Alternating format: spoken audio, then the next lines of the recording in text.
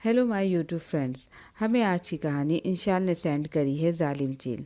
अगर आपको भी इंशाल की तरह अपनी कहानी अपने दोस्तों को सुनानी है तो हमें सेंड करें। सेंड करने के लिए लिंक हमने नीचे डिस्क्रिप्शन बॉक्स में दिया है। आइए देखते हैं, सुनते हैं इंशाल की स्टोरी जालिम चील।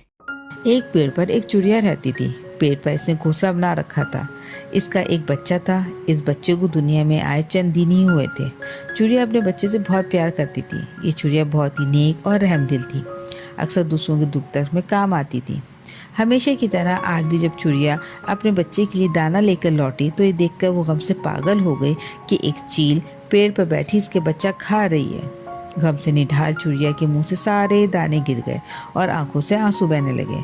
चिड़िया चील के पास आई और रोते हुए बोली, जालिम, तूने ये क्या किया?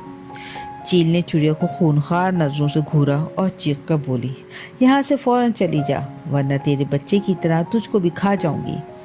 ये कहते ही वो चिड़िया पर झपट पड़ी। चिड़िया फौरन से उड़ गई और इसके चुंगल में आने से बाल बाल बच गए। इस हादसे से चिड़िया पर गम का पहाड़ टूट पड़ा। चंद दिन बाद इसकी कुछ हालत संभली और इसने इसका फैसला खुदा पर छोड़ दिया कि वही इस जालिम चील को सजा देगा। एक दिन वो तालाब पर से गुजर रही थी और उसने देखा कि एक शहद की मक्खी पानी की लहरों में उलझी हुई जान बचाने की कोशिश कर रही है। वो पानी की सतह के करीब पहुंची और शहद की मक्खी को अपने पंजे में उठाकर खुशकी पर ले आई। मक्खी बोली, चिड़िया बहन, तुमने मेरी जान बचाकर मुझ पर और मेरे बच्चों पर बहुत बड़ा एहसान किया है। मर जाती तो मेरे मासूम बच्चे भी बेमौत मर जाते। मक्खी की बात सुनकर चिड़िया को अपना बच्चा याद आ गया और इसकी आंखों से आंसू बहने लगे।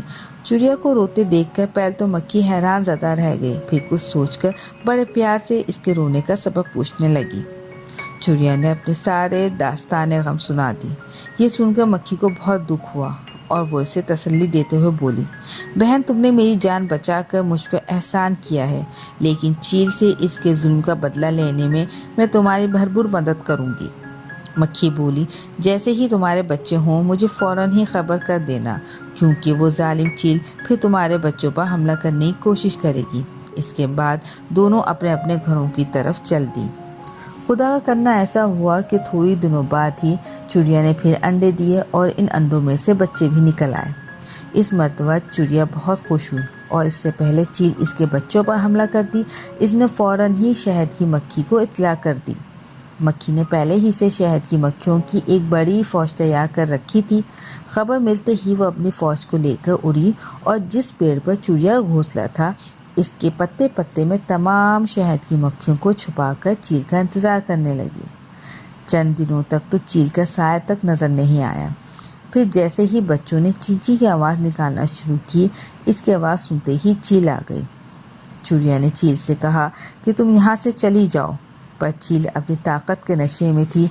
चिड़िया की एक ना सुनी और गुस्से में आकर चिड़िया और इसके बच्चों पर झपट पड़ी। मक्खी देर से इस मौके का इंतजार कर रही थी।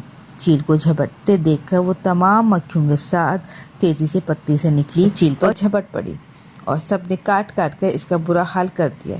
चील बेबसी से चीखती चिल्लाती और फड़फड़ाती रही। मौत को सर पर देखकर इसको अपनी संगदिली का एक एक वाक़या याद आने लगा। जान बचाने के लिए इसने मक्खियों की बहुत खुशामद की, लेकिन इस पर रहम नहीं किया गया। किसी मक्खी को इस पर रहम भी नहीं आया।